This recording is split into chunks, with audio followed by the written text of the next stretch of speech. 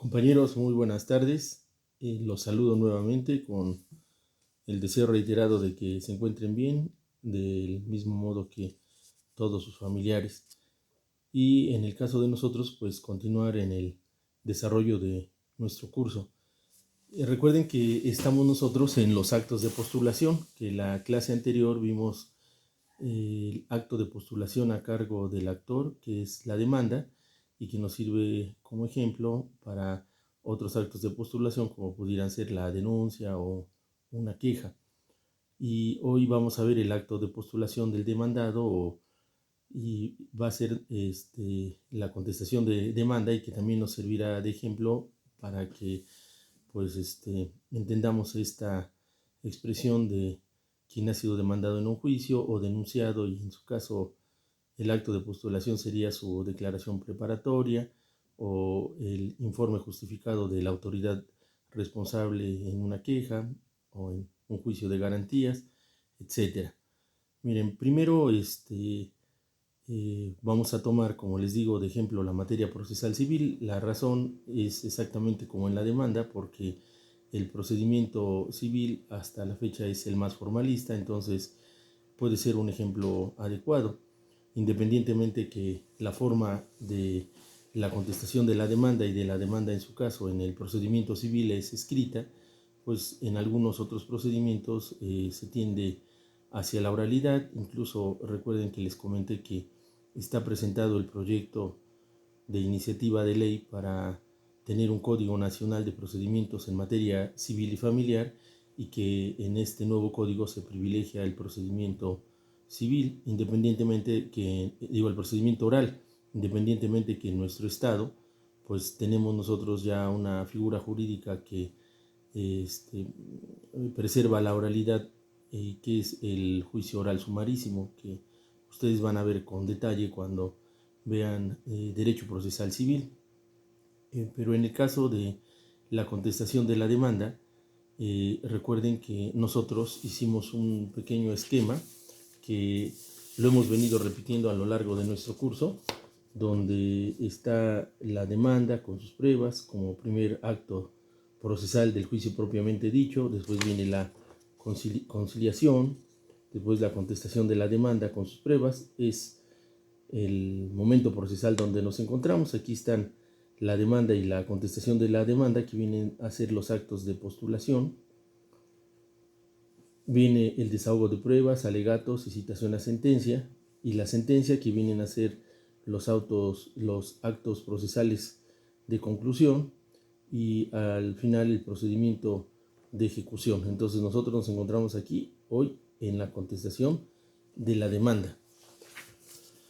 Entonces la contestación de la demanda es el acto de postulación formulado por parte del demandado, y el acto de postulación por el principio de economía procesal, de la misma manera que la demanda, hoy viene acompañado de sus pruebas, ¿verdad? Independientemente que cuando veamos las pruebas vamos a aclarar que las pruebas tienen como momentos procesales, y también ya lo hemos comentado un poco, su ofrecimiento, que hoy se da en la demanda y en la contestación de la demanda, el desahogo de pruebas y anteriormente, ¿verdad?, su admisión de las mismas, y por último la valoración de las pruebas. Entonces estamos nosotros hoy en la contestación de la demanda. Entonces la contestación de la demanda hoy es, en materia procesal civil, también una fase procesal. Esta fase procesal se da posterior a que se llevó a cabo la audiencia de conciliación. Quiere decir que por una u otra razón la audiencia de conciliación no tuvo los efectos deseados, no se resolvió el litigio a través de un acuerdo. Entonces tiene que continuar el desarrollo de las fases procesales para que la forma de resolver el litigio pues sea la resolución que dicte el juez.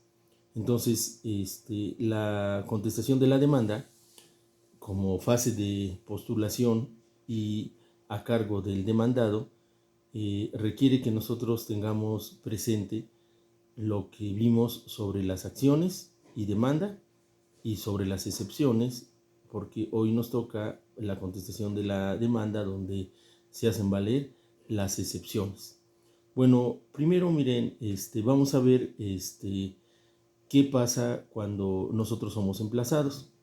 Acuérdense que el emplazamiento es una forma de notificación que aquí también la vamos a comentar, donde se nos informa que hemos sido demandados y se nos da un plazo para contestar la demanda. En materia procesal civil ese plazo es de 12 días. ¿Y qué pasa si nosotros dentro de esos 12 días no contestamos la demanda?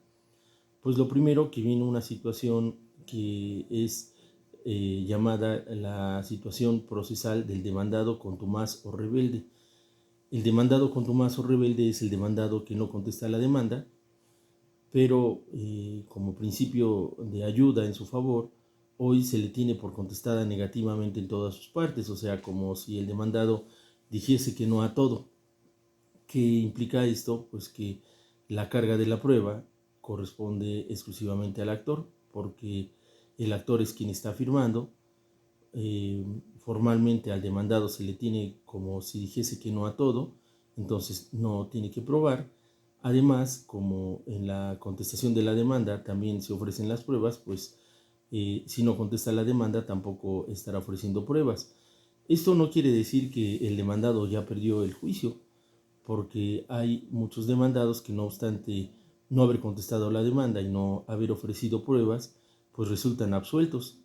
La razón es que el actor no prueba los hechos constitutivos de su acción, no ofrece las pruebas adecuadas o son insuficientes las pruebas y el juez lo tiene que declarar absuelto al demandado. Tampoco significa que el demandado ya no pueda comparecer a juicio, porque el demandado puede comparecer a los demás momentos procesales. Perdió la oportunidad de contestar su demanda, perdió también su oportunidad de ofrecer pruebas, pero pudiera hacer valer muchas defensas. A lo mejor no fue notificado adecuadamente y la primera defensa que intenta es un incidente de nulidad de lo actuado por falta de notificaciones o notificación mal hecha, o decide directamente irse al juicio de amparo por no haber sido llamado a juicio adecuadamente. Entonces, desde ahí ya se empieza a defender sin haber contestado la demanda. Si no decide hacer esto, de todos modos puede continuar en el desarrollo del juicio, estar presente en las pruebas que ofrezca la parte actora, formular sus alegatos, ¿verdad? Y también pues interponer sus recursos, irse al recurso de apelación a la segunda instancia, etcétera. O sea, hay muchas cosas que el demandado podrá llevar a cabo: nombrar a su abogado, señalar su domicilio para ser notificado personalmente, etcétera. Entonces, lo que pasa primero, si el demandado no contesta la demanda, se le tiene por contestada en sentido negativo en todas sus partes, y obviamente perdió su derecho de haber ofrecido pruebas. Pero estamos nosotros en la contestación de la demanda, quiere decir que en la hipótesis que manejaremos es que sí va a contestar la demanda. Pues lo primero, recuerden ustedes que cuando presentamos nosotros nuestra demanda, les comenté que en la parte superior del margen derecho de nuestra demanda, pues nosotros asentamos los datos más relevantes de nuestro juicio: el tipo de juicio que estamos promoviendo, el nombre del actor y del demandado, la vía de la tramitación. En ese momento de la demanda no sabemos cuál es el número de expediente, pero cuando contestamos la demanda ya sabemos cuál es el número de expediente y cuál es el juzgado que nos está emplazando. Entonces, en la parte superior del margen derecho nosotros vamos a anotar nuestro número de expediente, nuestro tipo de juicio, quién es el actor y el demandado y cuál es el juez del conocimiento. Después, la contestación de la demanda tiene también una parte introductoria. La parte introductoria de la contestación de la demanda pues debe llevar el nombre del demandado, el domicilio particular del demandado, el domicilio que señala para notificaciones personales. Recuerden que hoy es una obligación de las partes tener un abogado patrono y señalar del abogado patrono, además de su nombre, los datos de inscripción de su título en el Tribunal Superior de Justicia, y además el escrito de contestación de la demanda tiene que ir firmado por el demandado y por el abogado patrono del demandado. En la parte introductoria también nosotros anotamos quiénes son las personas autorizadas para recibir notificaciones personales, de la misma manera que en el caso de la demanda, pues los autorizados son los compañeros que están haciendo su pasantía en el despacho, y le ponemos que autorizados en forma conjunta o indistinta, los pasantes de derecho tales, ¿verdad? Entonces, esto asentamos. También asentamos la mención en la parte introductoria que venimos a contestar en tiempo y forma legal la demanda instaurada en nuestra contra en los siguientes términos. A lo mejor aquí algunos compañeros acostumbran, ¿verdad?, como para darle cierta, pues, satisfacción a su cliente que está inmerso en el litigio, en el conflicto de intereses, pues decimos que vengo a contestar la absurda, temeraria, falaz e improcedente, y si quieren otros calificativos dentro del margen de lo tolerable, pues ahí los pueden utilizar, demanda formulada en nuestra contra, pero no implica absolutamente nada que no los usen, pero a veces lo hacemos con una satisfacción a nuestro cliente. La verdad es que basta y es suficiente que pongan en su parte introductoria que vienen a contestar la demanda instaurada en su contra en los siguientes términos. Fíjense que nuestro código no establece que nosotros lo primero que contestemos sea el capítulo de prestaciones. ¿Por qué? Porque la respuesta de nosotros a lo que nos está reclamando el demandado, digo el actor, en su demanda, se inferirá de lo que nosotros contestemos en los hechos, porque las prestaciones son una consecuencia de los hechos que el actor expone en su demanda. Nosotros estamos obligados, eso sí, a contestar los hechos y a expresar claramente las excepciones que nosotros oponemos. Recuerden cuando vimos lo de excepciones, pues ya vimos las reglas para su ejercicio. Entonces, sin embargo, aquí viene una recomendación, ¿verdad?, a título personal. El primer capítulo que tiene la demanda es el de prestaciones, que son las cosas que concretamente reclama el actor del demandado. Entonces, nosotros, por una razón de orden, independientemente de que no se señale en nuestro código, pues vamos a contestar el capítulo de prestaciones.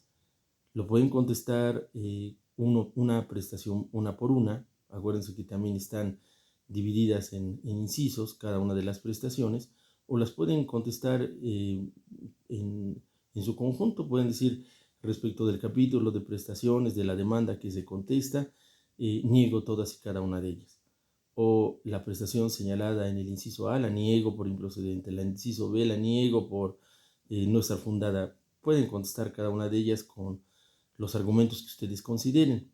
Les digo, no lo establece nuestro código, no crean que porque el legislador cometió un error y no establezca que la obligación para el demandado de contestar el capítulo de las prestaciones, y que esto tenga como consecuencia que eh, pues el demandado carezca en consecuencia de una defensa adecuada. No, lo hace porque nosotros vamos a oponer las excepciones en un capítulo específico y vamos a contestar todos y cada uno de los hechos de la demanda, como vamos a ver también en su propio capítulo.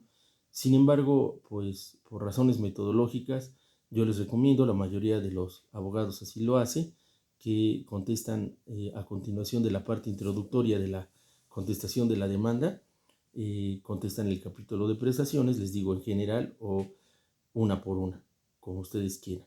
Bueno, después de que nosotros contestamos el capítulo de prestaciones, nosotros vamos a contestar los hechos de la demanda que estamos contestando.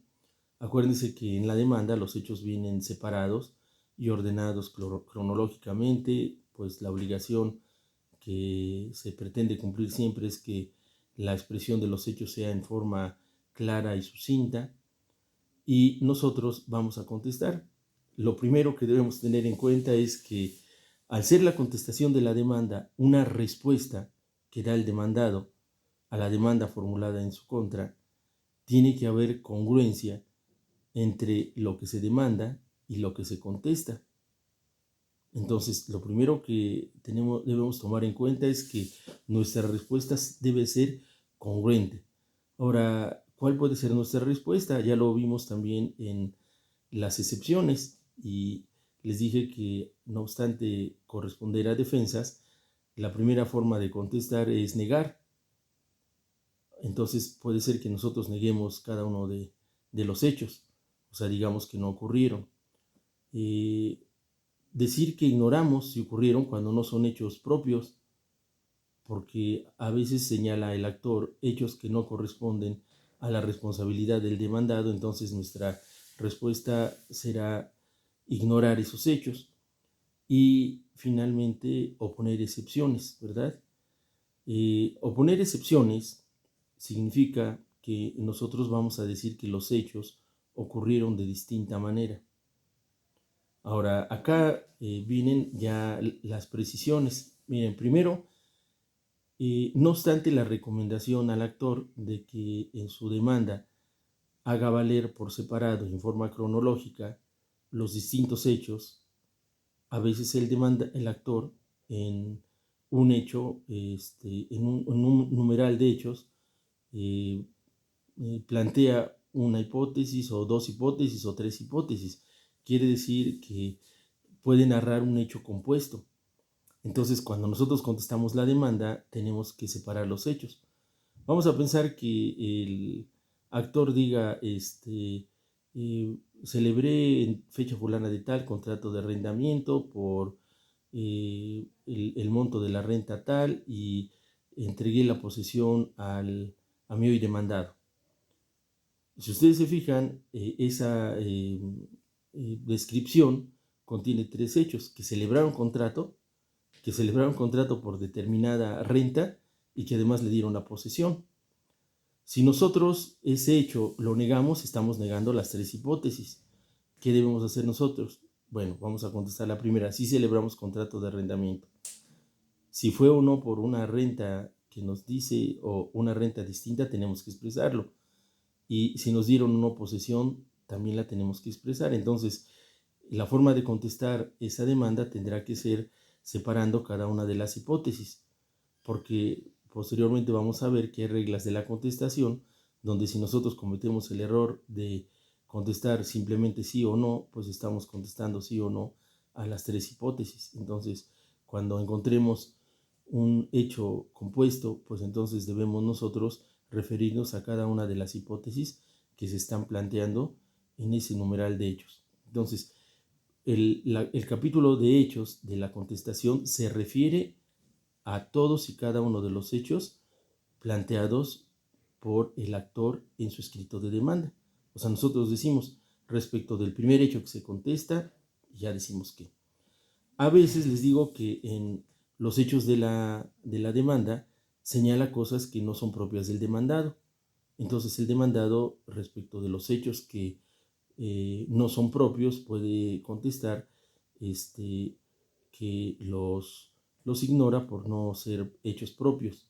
O sea, lo que está obligado él a contestar son los hechos que se señalan como que él cometió.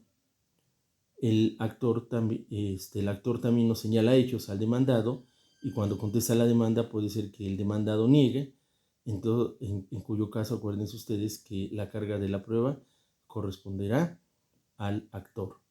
Si nosotros decimos hechos que ocurrieron de distinta manera como demandados, son hechos que tendremos nosotros que probar.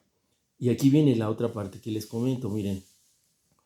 Y a nosotros nos da un poco de duda porque anteriormente la contestación de la demanda no planteaba que se distinguiera el capítulo de hechos al capítulo de excepciones.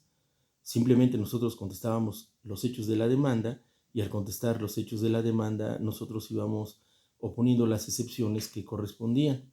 Sin embargo, por razones metodológicas que son adecuadas, pues hoy nuestro código exige que tengamos además un capítulo de excepciones.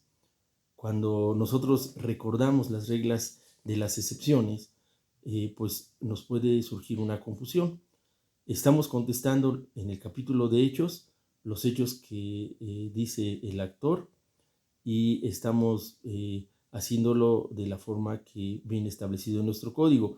Pero la duda que nos entra es, oye, ¿aquí describo cómo ocurrieron en mi concepto los hechos o me espero para señalarlos hasta el capítulo de excepciones, porque acuérdense que en las reglas de las excepciones no solo basta enunciarlas, o sea, tenemos que decir su nombre, sino tenemos que describir con precisión el hecho en que se funda. Bueno, pues entonces no hay que preocuparnos. ¿Por qué?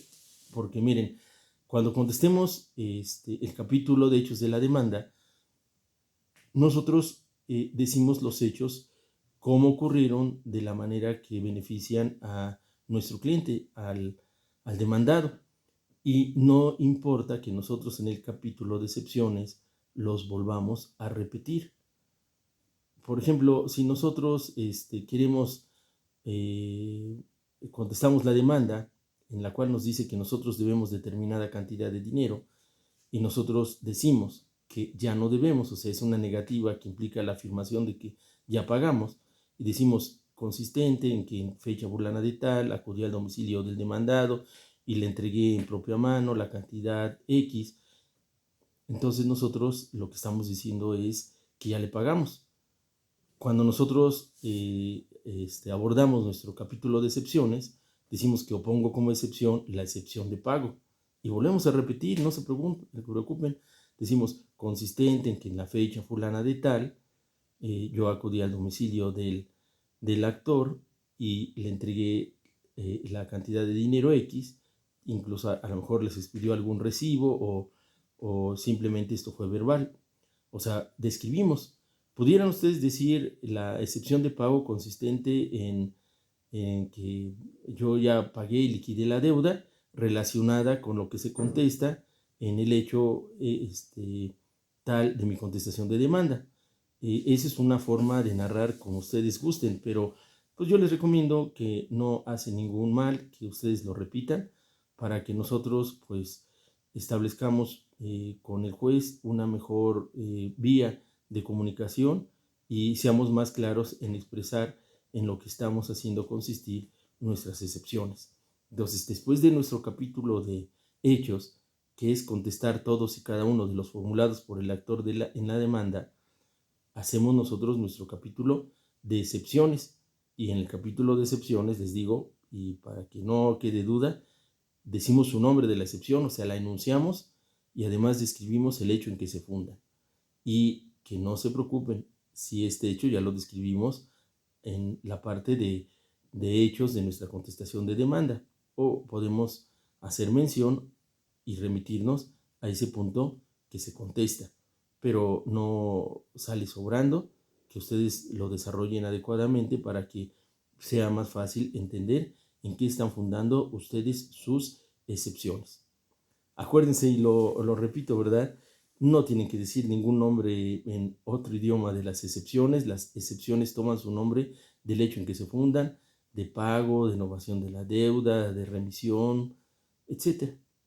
Entonces vamos a ser nosotros pues muy claros y concretos y no confundirnos y expresar en el capítulo de excepciones también en forma preferente en qué hecho también se están fundando nuestras excepciones. Después, en nuestro capítulo de demanda, viene la parte del derecho.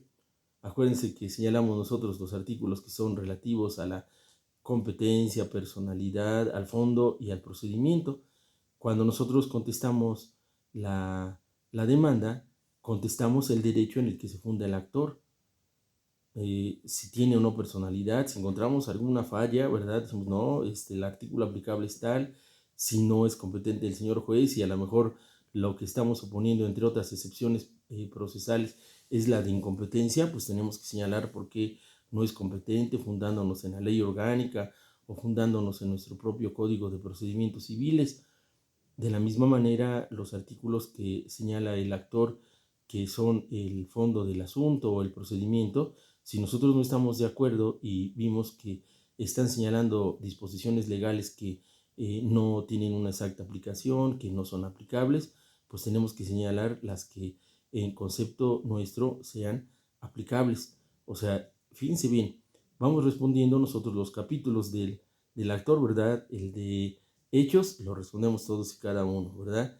Además, complementamos exponiendo nuestro capítulo de excepciones y contestamos todas y cada una de las disposiciones legales hechas valer en en la demanda que contestamos, en nuestra contestación, haciendo valer las disposiciones que creamos que tienen aplicación. Después viene el capítulo de pruebas, pero fíjense bien, en esta parte nosotros no contestamos las pruebas del actor, sino que nosotros como demandados ofrecemos las pruebas que en nuestro concepto vayan a demostrar los hechos constitutivos de nuestras excepciones. Acuérdense que el actor tiene que probar los hechos constitutivos de su acción y en este caso el demandado, en el capítulo de pruebas, tiene que probar los hechos constitutivos de sus excepciones, de las cosas que dice que ocurrieron de manera distinta, porque lo está diciendo y ese es una situación positiva, una descripción positiva de lo que ocurrió. Entonces, eso sí lo puede y lo debe probar el demandado.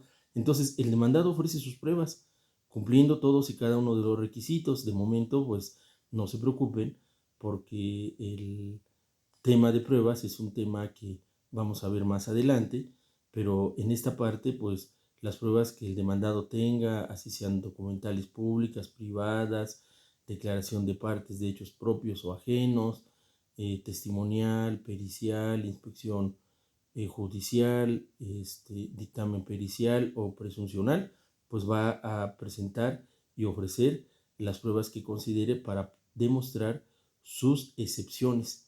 Pero en esta parte de la contestación de la demanda no está contestando las pruebas que ofreció el actor, sino él está ofreciendo las pruebas que en su concepto van a demostrar sus excepciones. ¿Vale? Entonces, aquí pues las va a ofrecer y los requisitos ustedes se los van a aprender un poquito cuando veamos esa parte en nuestra materia teoría del proceso, pero les va a quedar perfectamente clara cuando ustedes lleven las distintas ramas del derecho procesal, pero todavía más cuando ustedes tengan la necesidad de hacer un escrito de contestación, porque ahí ya no va a haber lugar a falla o a duda. Después de que ustedes presentan sus pruebas, entonces ahora sí viene el capítulo donde nosotros cuestionamos las pruebas ofrecidas por el actor. Este capítulo de nosotros es de nueva inclusión en nuestro código y se llama objeciones. Fíjense que este término lo hemos escuchado y pues tenemos como idea que objetar es oponerse. En el común está bien aplicado. No está bien aplicado en la contestación de la demanda porque las objeciones no se refieren a los hechos, se refieren a las pruebas. El demandado en este capítulo puede objetar las pruebas ofrecidas por el actor en su escrito de demanda. ¿Y qué objeciones puede presentar el demandado respecto de las pruebas que exhibió o está ofreciendo el actor? Pues, por ejemplo, que sean pruebas que no formen parte de la litis planteada, que sean pruebas inconducentes, que sean pruebas que están ofrecidas sin cumplir los requisitos que la ley establece para cada una de ellas. Y puede ser que las objete porque el actor al ofrecerlas, pues a lo mejor no sabía que no iban a estar dentro de la litis planteada. Vamos a pensar que el actor ofrece una prueba para acreditar determinado hecho y el demandado, al contestar la demanda, admite ese hecho. O sea, ya ese hecho dejó de ser litigioso. Entonces ya no tiene que desahogarse prueba alguna porque la confesión se puede producir por comparecencia o también en nuestro escrito de contestación. Entonces ese hecho ya fue aceptado, ya deja de ser un hecho controvertido. O vamos a pensar que el actor ofreció el dictamen pericial, pero no acredita que el perito que está ofreciendo tenga el carácter de perito porque no está avalado por una institución educativa del sistema educativo nacional, cuando este sea el requisito específico de esa rama de la ciencia o de la técnica, y no está acreditando que es un perito. Entonces nosotros lo vamos a objetar. O porque está presentando, vamos a pensar, testigos, y es la rama civil, y está presentando de testigos a familiares del actor o personas que tienen una dependencia económica del actor. En materia familiar sí se podría, pero en materia civil no se puede, porque no tienen imparcialidad respecto de su presentante. Entonces nosotros nos damos cuenta, pues objetamos esa prueba porque no está ofrecida en términos de ley, o en algunos casos a lo mejor no señala el objeto de la prueba o no señala con qué hecho está relacionada la prueba. Entonces nosotros en nuestro capítulo de objeciones, pues vamos a descalificar las pruebas.